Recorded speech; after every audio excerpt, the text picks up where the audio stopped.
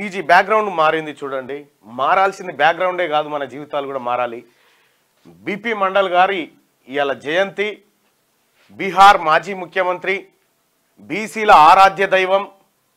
ఇవాళ దేశంలో బీసీల స్థితిగతులను ఒక నివేదిక రూపంలోకి తీసుకొచ్చి ప్రభుత్వానికి సమర్పించి ఈ 27% రిజర్వేషన్ను మనకు ప్రసాదించినటువంటి బిడ్డ బీపీ మండల్ గారు.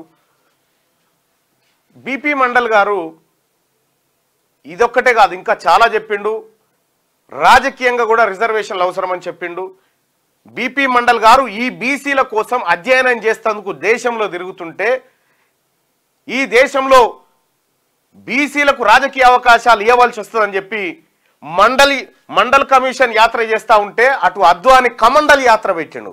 కమండల్ యాత్ర పెట్టి బాబ్రీ మసీద్ మీద దాడులు చేసి దాన్ని కూల్చి మొత్తం ఇష్యూనంతా డైవర్ట్ చేసినారు.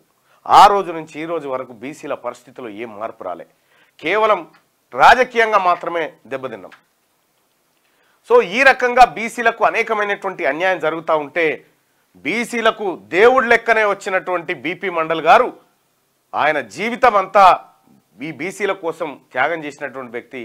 ముఖ్యమంత్రి పదవిని కూడా కానొక స్థాయిలో త్యాగం చేసినటువంటి బిడ్డ బీపీ మండల్ గారు. ఇలా బీపీ మండల్ గారి జయంతి సందర్భంగా ఇలా బీసీ సోదరులారా, ఇలా బీసీ ఉద్యోగస్తులు, ముఖ్యంగా బీసీ ఉద్యోగస్తులు ఎవరైతే ఉన్నారో, ఇవాళ మీరు జీతం తీసుకుంటున్నారు, మీరు మీ కడుపులో 3 ముద్దలు పోతా ఉన్నాయి, మీ పిల్లలకు బడి ఫీజు కడతా ఉన్నారు, మీ పిల్లలకు ఆరోగ్యం చూపించుకుంటా ఉన్నారు, మీ దగ్గర జీతాలు వస్తూ ఉన్నాయంటే అది మహనీయుని పుణ్యమే. ఇతను తీసుకొచ్చినటువంటి ఆ రిజర్వేషన్ ఫలాలు ఏవైతే ఉన్నాయో బీసీలకు, వాటి కారణంగానే ఇలా బీసీ ఉద్యోగస్తులారా, బీసీ అడ్వకేట్లు, బీసీ డాక్టర్లు, BC RTC employees, BC Singareni కార్మికులారా, ఇవాళ మనం అంతో ఇంతో ఈ తెల్లబట్టలు వేసుకున్నామంటే వీళ్ళ పుణ్యమే. అటు మనకు బాబాసాహెబ్ అంబేద్కర్, పూలే, వీళ్ళతో సరిసమానమైనటువంటి వ్యక్తి బీపీ మండల్ గారు. వాళ్ళేమో జీవితాన్ని ప్రసాదిస్తే ఈ జీవితంలో సమాన హక్కులు ప్రసాదించినటువంటి వ్యక్తి బీపీ మండల్ గారు. ఈ బీపీ మండల్ గారు నివేదిక సమర్పిస్తే బీసీలకు కావాలి అని చెప్పి, బీసీలకు రిజర్వేషన్లు కావాలి, బీసీలకు రాజకీయ అవకాశాలు కావాలి, బీసీలకు భూములు కావాలి, బీసీలు వెనకబడరని చెప్పి నివేదికిస్తే వీళ్ళు అమలు చేయాలని చెప్పి అప్పటి ప్రధానమంత్రి అమలు చేయాలని నిర్ణయం తీసుకున్నందుకు బీజేపీ ప్రభుత్వానికి మద్దతు ఉపసంహరించి ఈయన ప్రభుత్వాన్ని గులగొట్టింది, విపి సింగ్ ప్రభుత్వాన్ని గులగొట్టింది.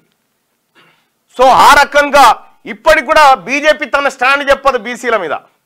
ఇవి నిన్న రాహుల్ గాంధీ గారు చెప్పిండు, రాజకీయంగా మేము నష్టపోయినా పర్వాలేదు, 90% వెనకబడ్డటువంటి ఈ బిడ్డల కోసం రాజకీయ పరమైన నిర్ణయం తీసుకుంటాం, 50% స్లాబ్ ఎత్తేస్తామనేటువంటి ఒక బలమైన మాట బీపీ మండల్ జయంతి సందర్భంగా రాహుల్ గాంధీ గారి నోట్లో నుంచి రావడం, కులగణన ఎట్టి పరిస్థితిలో ఆగదని ఆయన చెప్పడం, నిజంగా రాహుల్ గాంధీ గారికి కూడా ధన్యవాదాలు తెలియజేసుకుంటాం. అందరికీ శరార్థులు. పెన్నుతో మీకు మంచి సోపతుందా? తెలంగాణ యాసలో ముచ్చట్లు రాయడం మీకు తెలుసా? మీలాంటోళ్ళనే ఎత్తుకుతుంది మా క్యూ న్యూస్. మరి ఆలస్యం చేయకుండా మాకు ఫోన్ చేయండి. 8688892608. లైక్ చేయండి.